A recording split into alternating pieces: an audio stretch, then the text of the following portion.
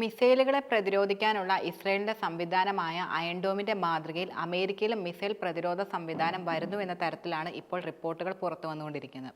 ഇത് സംബന്ധിച്ച് അടിയന്തര നടപടികൾ സ്വീകരിക്കാൻ പ്രസിഡന്റ് ഡൊണാൾഡ് ട്രംപ് ഉത്തരവിടുകയും ചെയ്തിട്ടുണ്ട്. എക്സിക്യൂട്ടീവ് ഉത്തരവാണ് ട്രംപ് നിലവിൽ പുറപ്പെടുവിച്ചിട്ടുള്ളത്.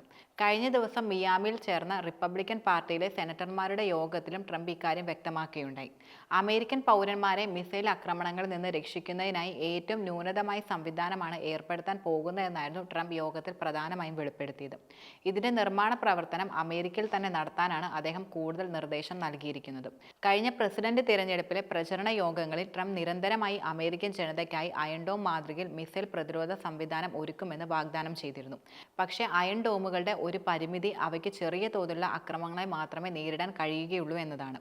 അമേരിക്കയ്ക്ക് ഇപ്പോഴും ഭീഷണി ഉയർത്തുന്ന ഭൂഖണ്ഡാന്തര മിസൈലുകളെ നേരിടാൻ അവയ്ക്ക് കഴിയുകയില്ല എന്ന കാര്യം ട്രംപ് ഓർത്തു കാണില്ല, അല്ലെങ്കിൽ അറിയില്ല എന്നൊക്കെ തരത്തിലാണ് എതിരാളികളെല്ലാം പറയുന്നത്.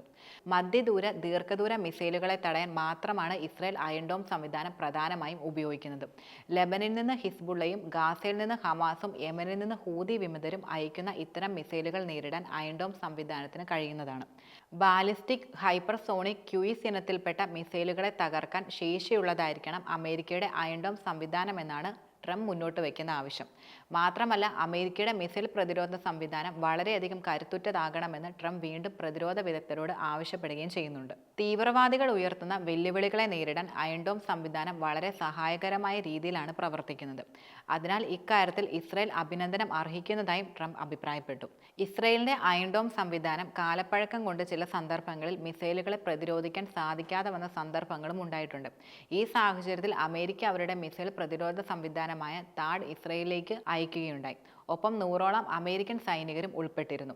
2023 ഒക്ടോബർ 7 ഹമാസ് തീവ്രവാദികൾ ഇസ്രായേൽ ആക്രമിച്ചതിന് തൊട്ട് പിന്നാലെയായിരുന്നു ഹിസ്ബുള്ളയും ഹൂതി വിമതരും ഇസ്രായേലിന് നേർക്ക് ആക്രമണം പ്രധാനമായും തുടങ്ങിയത്. ഇവർ അയക്കുന്ന ഡ്രോണുകളും റോക്കറ്റുകളും മിസൈലുകളെല്ലാം തകർത്ത് തള്ളിയത് അയൺ ഡോം സംവിധാനങ്ങളായിരുന്നു.